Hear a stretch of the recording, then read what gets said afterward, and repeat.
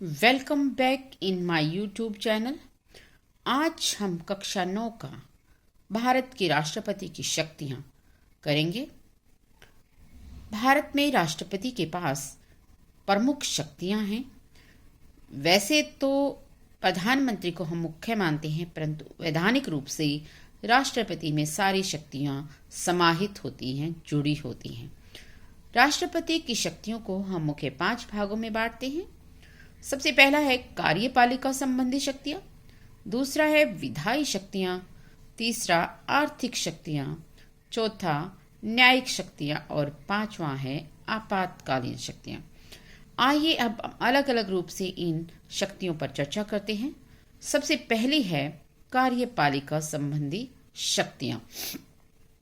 कार्यपालिका संबंधी शक्तियों में सबसे पहले हमारा है राष्ट्रपति कार्यपालिका का सर्वोच्च अधिकारी होता है।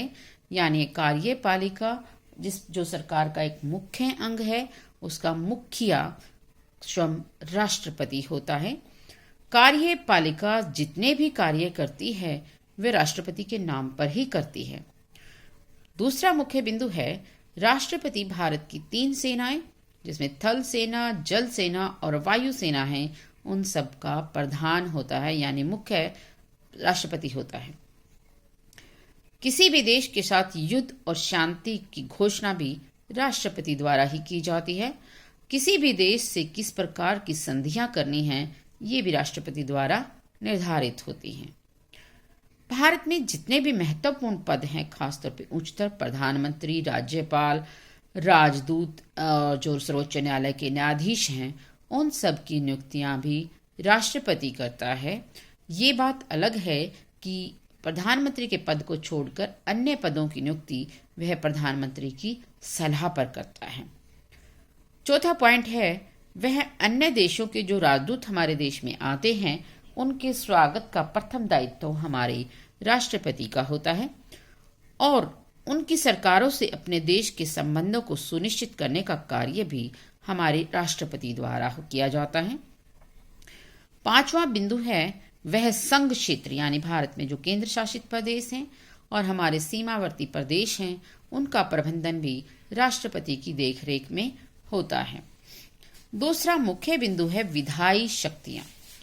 विधायिका हमारी है, जैसे हमारी संसद है, उसमें राष्ट्रपति की कौन सी शक्तियां हैं? सबसे पहला है राष्ट्रपति संसद के दोनों सदन, संसद के 2 सदन हैं, लोकसभा और राज्यसभा, उनके अधिवेशनों को आमंत्रित करता है। यानी जब भी हमारी संसद में लोकसभा या राज्यसभा को आमंत्रित करना है तो वह दायित्व भी राष्ट्रपति पूर्ण करता है। और उनका सत्रावसान होता है सत्र को समाप्त करना, यानी बुलाने के बाद जो अंतिम दिन होता है वह भी राष्ट्रपति द्वारा ही निर्धारित होता है। नंबर 2 है आम चुनाव के बाद संसद के दोनों सदनों के पहले सत्र, यानी पहला सेशन जो बुलाया जाता है, या प्रत्येक वर्ष संसद का जो फर्स्ट सेशन होता है उसके आरंभ में उद्घाटन भाषण राष्ट्रपति द्वारा ही दिया जाता है। ये राष्ट्रपति का जो भाषण होता है ये मंत्रिमंडल अपने विचार विमर्श के बाद तैयार करता है। तीसरा बिंदु है संसद द्वारा पारित कोई भी बिल या विधेयक राष्ट्रपति की स्वीकृति के बिना कानून नहीं बन सकता। नंबर 4 है वह लोकसभा को भंग कर सकता है और अध्यादेश जारी कर सकता है। वो लोकसभा को भंग करने की कुछ विशेष परिस्थितियां होती हैं, जिसके अंतर्गत ये नहीं है कि राष्ट्रपति अपनी मर्जी से किसी भी लोकसभा को भंग कर सकता है। कुछ नियमों के अधीन लोकसभा को भंग करने का अधिकार भी राष्ट्रपति में ही निहित होता है। अध्यादेश, ये कह लीजिए गवर्नमेंट एक तरह से आदेश है। नंबर 5 है राज्यसभा में 12 सदस्य मनोनीत करता है। जैसे कि राज्यसभा के अंदर 250 सदस्य होते हैं, इसके अलावा 12 सदस्य हमें संस्कृति, खेलों, फिल्म या उद्योग या समाज सेवा के अनेक क्षेत्रों से 12 सदस्य भारतीय राज्यसभा में मनोनीत, यानी राष्ट्रपति द्वारा प्रधानमंत्री की सलाह से निर्धारित किए जाते हैं वे राज्यसभा के सदस्य बनाए जाते हैं, उनका चुनाव नहीं किया जाता। नंबर 6 पर है लोकसभा के अंदर भी 2 एंग्लो इंडियन सदस्यों का निर्धारण भी राष्ट्रपति द्वारा किया जाता है।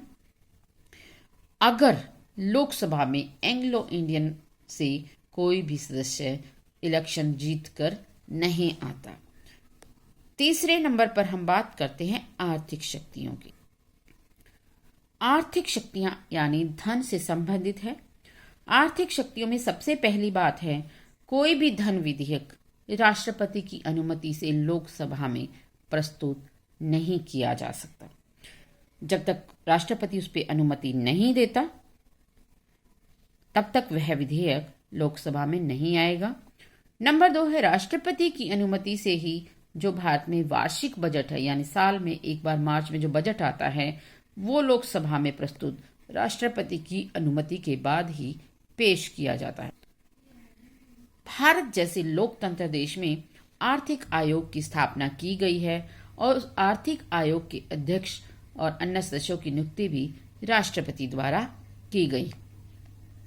चौथा मुख्य बिंदु है न्यायिक शक्तियां यानी न्यायालय से संबंधित शक्तियों में सबसे पहला है राष्ट्रपति सर्वोच्च न्यायालय तथा उच्च न्यायालय के जो न्यायाधीश हैं उनकी नियुक्ति राष्ट्रपति द्वारा की जाती है।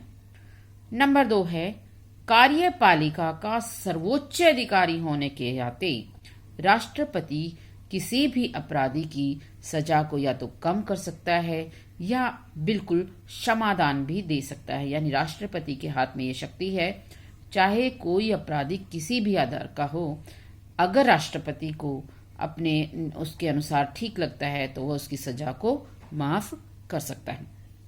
और सबसे महत्वपूर्ण बात है कानून संबंधी व्याख्या और सार्वजनिक विषयों पर सर्वोच्च न्यायालय से परामर्श भी राष्ट्रपति ले सकता है।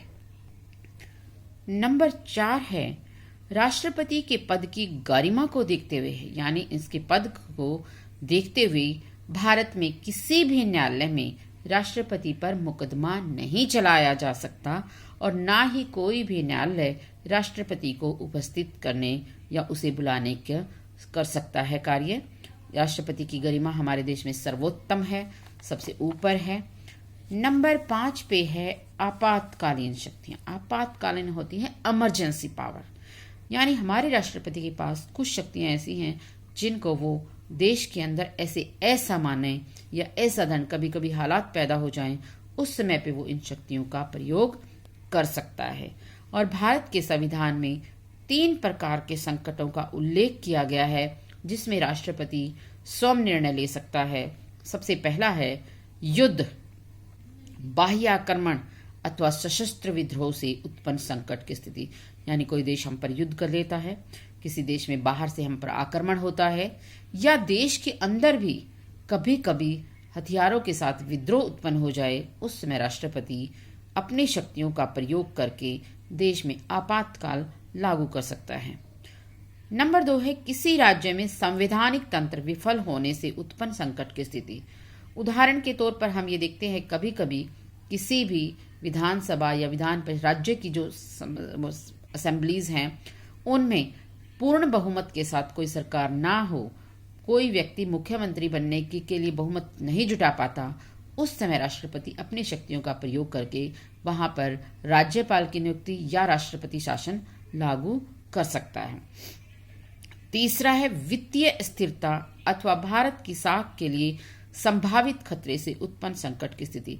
कभी कभी देश किसी भी प्राकृतिक आपदा या अन्य किसी कारण से जब देश में आर्थिक संकट खड़ा हो जाए और भारत की स्थिति विदेशों से या उनके सामने अपनी इज्जत बचाने के लिए जब हमें कुछ ऐसी समस्याएं सामने आती जिनका हमारे पास कोई हल नहीं होता, उस समय की परिस्थितियों में भी राष्ट्रपति अपनी शक्तियों का प्रयोग कर सकते हैं।